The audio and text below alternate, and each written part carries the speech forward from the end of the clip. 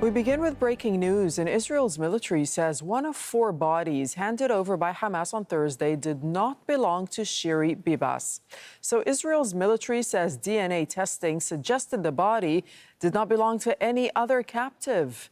The bodies of Shiri Bibas' children, Kfir and 4-year-old Ariel Bibas, were confirmed to be among the 4 released, but Hamas has not yet commented on this claim.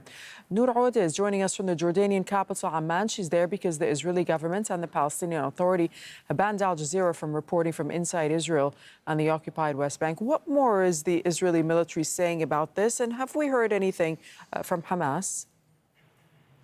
Well, Darlene, this dramatic announcement by the Israeli army that came about 1:30 in the morning local time really took everybody by surprise. We have not heard from the Forensic Institute in Israel about more technical details, but according to the Israeli army, the body that was handed over to Israel as being that of Shiri Bibas, in fact, it turned out to be that of an unidentified person, not Shiri Bibas or any other Israeli captive. The Israeli army is considering this a violation of utmost severity, as the statement reads.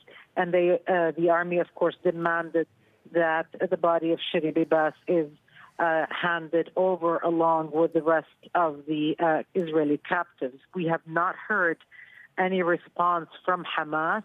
As I said, it is now 2 in the morning Palestine time. But we have to also remind our viewers that the Bibas family were not captured by Hamas. They were captured by a smaller, lesser-known group, although, of course, the handover was done with the oversight of Hamas. It is unclear how this could have happened, and we'll wait to see what kind of reaction in the morning we get from Hamas and the other groups in Gaza regarding this announcement.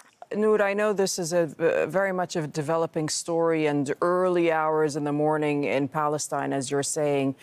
But what can we read into the statement or the fact that Israel is saying this is a grave violation?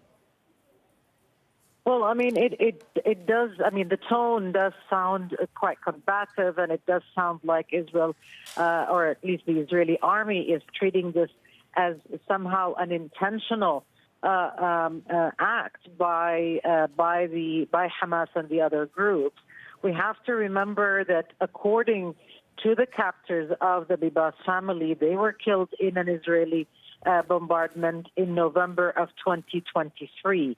That is their account, and we have yet to hear from the Forensic Authority in Israel or Institute in Israel to see what their assessment is of the circumstances of death or even the timeline of death. But if that account is accurate, then more than a year have passed since that bombardment, and the area of Khan Yunis where the handover happened has been under Israeli invasion. In fact, it's been almost decimated entirely, and so the circumstances on the ground are extremely complex. And we heard even a few days ago a statement from Hamas, from Khalil al-Hayy, when he announced the decision to release these 4 bodies and then to release 6 living Israeli captives on Saturday, that more equipment was needed to enter Gaza in order to remove the rubble, and not just to recover the bodies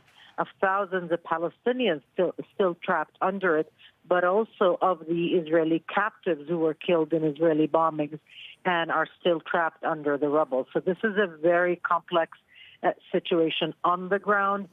We understand that even part of the negotiations had to do with giving Hamas and the other groups a chance to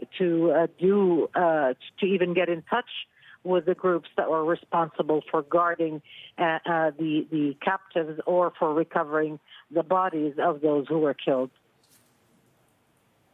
Okay, Nour, thank you so much. Nour Odeh reporting for us from Amman in Jordan.